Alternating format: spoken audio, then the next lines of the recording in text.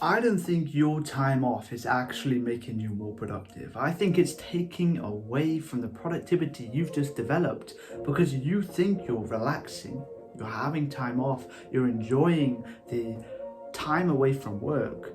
But what you could be doing is actually limiting the progress you're making because you're resetting your productivity. If you've just done an amazing bank of work, you've been maximally productive, you've done everything you possibly could to get it done, and you feel good, and then you spend the next 2, 3, 4 hours on your phone scrolling on social media, frying your dopamine receptors, it's going to reset the progress you've made.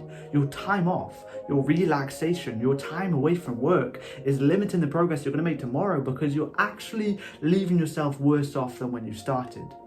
The overweight guy that goes to the gym and does a hard workout and burns so many calories and makes some really good progress on his PRs and then goes home and pigs out on takeaway, fast food, pizzas and burgers, is obviously not going to make more progress than the guy that productively spends his time off to ensure he continues progress. And that's what we're going to cover in this video. I'm going to be helping you implement good habits to do when you have nothing to do. You complete your work, your day is over, now you have spare time, you have this time off. What are we going to do to ensure you're making progress tomorrow, in the future, in 10 years time from now, because you're not resetting the progress you're making in productivity? Let's get into it. Hello, I'm Dylan, I'm 18 and I coach unproductive people to turn productive once and for all. I personally spent over 5,000 hours or 210 days straight wasting any potential I had. I had aspirations for business, for helping others like I'm doing now, but I simply couldn't bring that vision to actuality because I didn't have the productivity, the discipline, the drive to do so. But now I do. I effortlessly and easily breeze through large banks for my work, for my business, for my education, for my personal development goals, and I'm helping others do the same with this YouTube channel. And in this video, I'm going to be covering how you should spend your time off, what you should do to relax and get away from your work without resetting the progress you've just done. Again, the overweight man who just burned 1,000 calories in the gym and then goes home and eats a 1,200 calorie pizza is obviously not making progress. And it's the same. People think, oh yeah, that's obvious, that's super obvious, that guy's stupid, whatever, but then they'll do the same in productivity. They'll sit down, they'll revise, they'll work on the business for super hard, for super long, and then they'll spend the rest of their day scrolling on social media, resetting or frying the dopamine receptors, making it harder to work tomorrow. So what can we do instead? And the first answer, which is kind of obvious, is to listen to podcasts or audiobooks. Even educational content like this is good for your brain after work because you're continuing to make progress. This video is not hyper stimulating, there's no fast cuts or edits or sound effects. You're making progress with educational content, which is not taking you away from the productive work you've just done. If you were to watch Mr. Beast and all these hyper-stimulating videos, obviously that's going to fry your dopamine receptors and keep you in a worse off position. But if you're spending your time investing in yourself, your self-improvement, your personal progression in productivity, fitness and finance, etc., you are on the right path towards the future that you want because you're not taking away from the progress you've just made. The second thing you can do in this downtime is to zone out, but with purpose. You spend time in the sauna, you go on a long walk in silence, you have a super long warm shower, and you just think. You just think about your goals, your visions, what you want your future to look like, and sometimes you'll have the revelation to make a change, to implement this certain step, this certain aspect which is going to help you with that progression. Maybe you contemplate your productivity. Really, you think about the Pareto principle, what is actually progressing me and what is taking me away. And as soon as you hop out, you have this motivation, you've reset yourself per se, and you write down what you need to get done for the next day, and you've made more progress in your time off. You've taken time off, but you've made more progress because you're actively zoning out with purpose.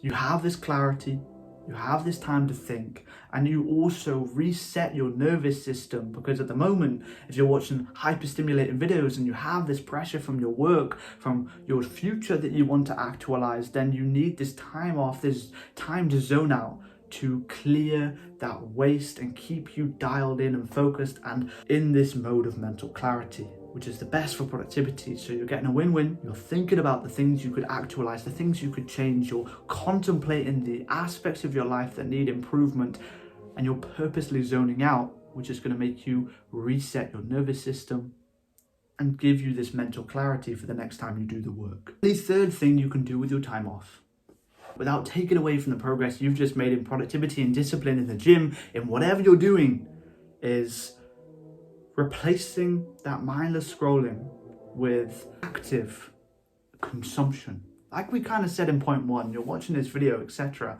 But I get it, it's not stimulating, it's not as entertaining as a video that you'll use to wind down. And what I've been doing to replace social media consumption is watching YouTube documentaries. There's some incredible channels such as Fern, such as Freedom, where they're making these super cinematic 3D rendered YouTube documentaries on periods of the past. Like yesterday I learned about Hitler's final 48 hours. Like, it was low stimulation, it was interesting, it gave me a new perspective on history, and I think that's a progressive habit because it's not necessarily taken away from my productivity, but it's also not really adding anything to the work I'm doing. It's a neutral habit, it's not taken away, it's not adding anything, so it's perfect for you to wind down with because it's entertaining, you watch it, you learn something, it's an interesting fact you can bring up in the future, and it's not as degenerate and regressive and degrading as constant social media consumption. And the final thing that I'd suggest you do with the time you have to do nothing in order to maintain your progress the days forthcoming is to read. And you could have seen this coming from a mile away. Obviously reading is a good habit to get into, but my take on it is that you should read only something you'll quote.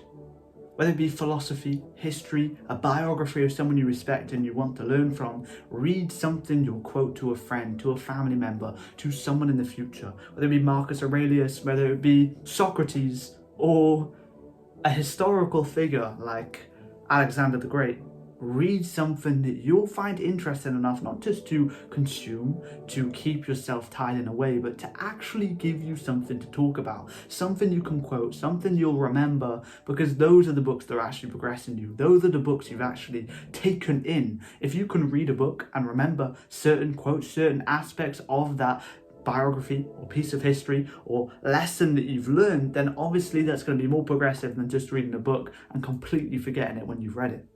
Read the books that you're going to quote, and you'll spend your time off, your downtime, the time you have nothing left to do with productively, and you won't take away from the productivity and the discipline and the internal drive you just created. You'll actually add to it and put fuel onto the fire, inspiring you for the work coming tomorrow, the next day, the week after that, the week after that, the year after that, the year after that, until you've had a productive life and you've reached the future success that you want to actualize.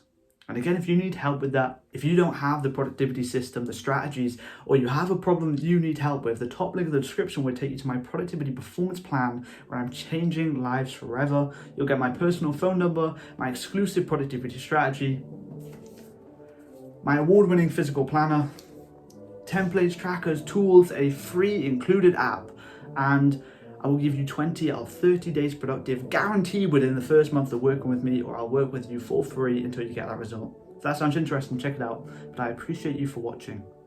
Thank you.